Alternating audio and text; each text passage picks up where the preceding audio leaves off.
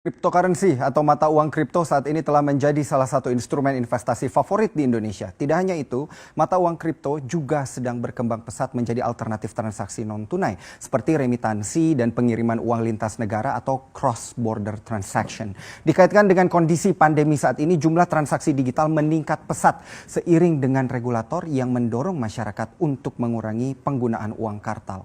Sehingga ini menjadi satu pertanyaan tersendiri. Akankah suatu hari mata uang digital ini jadi alat tukar di dalam negeri? Dan apakah kondisi pandemi ini memang benar-benar memberikan akselerasi untuk kejayaan cryptocurrency? Akan kami bahas selengkapnya sebagai berikut. Pandemi, akselerasi kejayaan cryptocurrency. Apakah akan menjadi seperti ini?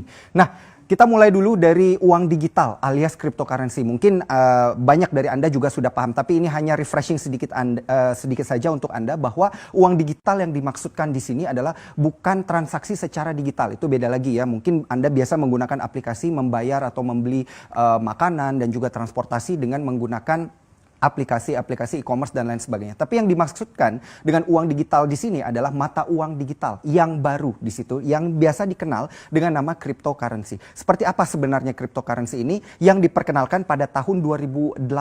Pada saat itu pertama kali diperkenalkan dengan alat tukarnya yang bernama Bitcoin. Kodenya BTC ya, Bitcoin supaya lebih mudah diingat. Nah, kemudian Bitcoin ini awalnya karena memang jumlahnya itu tidak seperti sebanyak uang kartal pada umumnya seperti uang fisik yang Anda miliki di rumah yang jumlahnya bisa ditambahkan atau dikurangkan oleh bank sentral. Bitcoin ini jumlahnya terbatas. Pada saat itu hanya diciptakan kurang lebih atau dibuat kurang lebih sekitar 21 juta keping saja. Saking terbatasnya hukum supply dan demand berlaku. Maka dari itu Anda pernah dengar bahwa wow, Bitcoin pernah harganya melonjak sampai $19.000 Amerika Serikat per keping. Nah, ini karena jumlahnya yang memang sangat terbatas. Nah, selanjutnya kita melihat kenapa pada akhirnya Bitcoin atau kripto salah satu jenis dari cryptocurrency ini diperkenalkan dan diciptakan pada tahun 2008 karena ini untuk mendukung alat tukar lintas negara. Punya satu mata uang yang mimpinya itu sederhana. Punya satu mata uang yang bisa kemudian dipakai dan ditransaksikan di seluruh dunia tanpa harus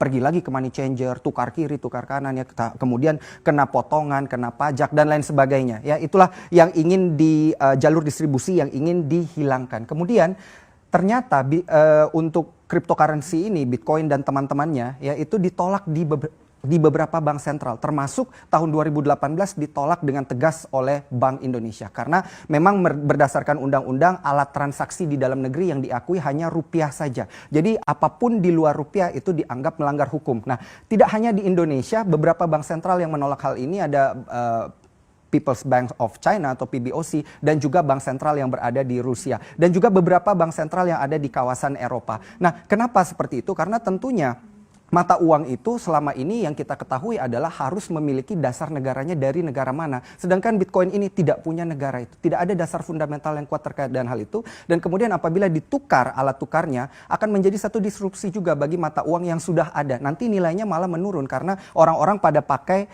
mata uang cryptocurrency ini secara digital. Walaupun memang terlihat mudah mengaplikasikannya tapi susah diterima untuk sistem keuangan di satu negara. Makanya banyak negara yang pada akhirnya menolak. Kemudian hingga saat ini dari 2008 hingga 2020 ternyata sudah ada lebih dari 5.000 jenis cryptocurrency yang bisa Anda pilih untuk bertransaksi. Apa saja yang favorit akan kita lihat pada slide yang selanjutnya. Di Indonesia ternyata ada kurang lebih ada 5 cryptocurrency yang sering ditransaksikan juga bagi para investor yang di dalam negeri dan juga global ya. Yang pertama tentunya ini Bitcoin karena market ranknya dia yang paling pertama dikenal oleh para investor, dia akhirnya mendapatkan peringkat pertama karena paling banyak ditransaksikan dan nilai market cap-nya di sini sekitar 169,39 miliar dolar Amerika Serikat.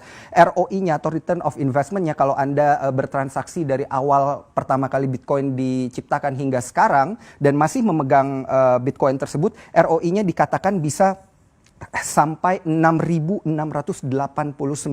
kenaikannya. Saat ini Bitcoin ditransaksikan di harga $9.208 per dolar Amerika Serikat per koinnya ya. Jadi bayangkan nilai yang dan juga jumlah uang yang harus Anda kumpulkan untuk satu koin tersebut. Nah, kemudian yang kedua ini ada jenis yang lain Ethereum yang fungsinya ini dari kelima ini fungsinya beda-beda ya. Ini hanya beberapa yang kami ambil sebagai contoh melalui market rank yang paling sering ditransaksikan oleh masyarakat dan juga dengan market cap yang cukup besar juga di sini. Karena kalau kita lihat di posisi kedua di sini ternyata ada Ethereum dengan harganya $238 per kepingnya di sana untuk bertransaksi dengan menggunakan Ethereum atau memilikinya. ROI-nya ada di 8.331% dan fungsinya ini memang untuk transaksi seperti uang fisik yang Anda miliki. Sehingga tentunya masih saja banyak yang menolak, tetapi untuk Bitcoin dan juga uang-uang cryptocurrency ini di Indonesia bisa diperdagangkan tetapi berada di bawah Bapepti di sana karena dilihat sebagai komoditas yang dapat diperjualbelikan tapi bukan sebagai mata uang. Sehingga apabila Anda mengalami kerugian terkait dengan hal ini, tentunya ini tidak menjadi tanggung jawab daripada Bank Indonesia. Kemudian kita lihat di sini ada Ripple dan kodenya XRP. Harganya memang cukup murah, mirip dengan Tether di sini yang kurang lebih harganya $1. Kenapa seperti itu? Karena fungsinya dari awal memang untuk sebagai alat ganti mata uang yang sudah Anda miliki selama ini dan juga nilainya tidak jauh berbeda dengan nilai dolar Amerika Serikat yang berjalan. Sama juga dengan rupiah token ini, ternyata di Indonesia juga sudah ada cryptocurrency buatan dalam negeri dan kemudian ditransaksikan dengan harga yang nilainya itu tidak jauh berbeda dengan rupiah berbanding dolar Amerika Serikat. Memang fungsinya arahnya ke sana untuk suatu hari mungkin bisa dijadikan satu pilihan untuk bertransaksi. Tapi kita nggak tahu ya kapan dan apakah disetujui apa enggak. Nah, kemudian ROI-nya di sini untuk yang Tether sendiri kurang lebih ada di 0,18%. Nah, di sini adalah beberapa yang ditransaksikan dan juga menjadi favorit global. Nanti untuk selengkapnya dapat Anda cari melalui website cryptomarketcap.com. Nah, kemudian untuk dasar pemikirannya sendiri di sini karena menjadi satu pertanyaan, apakah ini nanti di kala pandemi justru mempercepat penggunaan cryptocurrency? Nah, untuk Mark Carney sendiri selaku gubernur dari BOE atau Bank of England, Bank Sentral Inggris di sana mengatakan SHC. Nah, SHC. Nah, artinya di sini adalah synthetic hegemony currency. Artinya apakah dolar yang dikatakan sebagai hegemony currency yang dipergunakan oleh penduduk global saat ini nanti bisa digantikan dengan yang sintetik. Nah, menurut Mark Carney sendiri ini bisa diganti ya, bisa mengurangi pengaruh dominasi dolar Amerika Serikat pada perdagangan global. Jadi untuk mengurangi dominasinya saja karena ini menjadi dasar pemikiran kenapa pada akhirnya nanti harus menggunakan uang digital karena transaksi online ini sudah meroket arahnya memang ke sana. Yang kedua memang mau menurunkan dominasi dolar Amerika Serikat dan renminbi Cina di sana. Yang ketiga mengurangi potongan dan juga pajak. Yang keempat untuk